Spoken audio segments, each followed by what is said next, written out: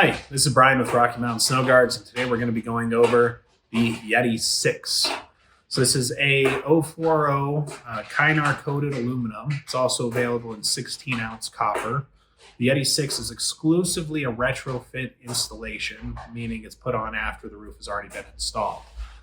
Being that the roof's already installed, we have to face fasten this through the snow guard, through the roofing material, and into the decking. Being that we're putting holes in the roof, we have to worry about waterproofing. So first thing we're going to do is we're going to put a bead of urethane sealant down where the snow guard is going to be placed.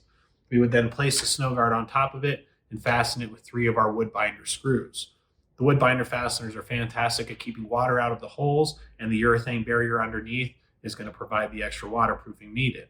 If you have any questions on this product or any of our other products, please feel free to reach out to us. Our phone number is 720-379-7756. And our email address is info@RockyMountainSnowGuards.com. Thank you.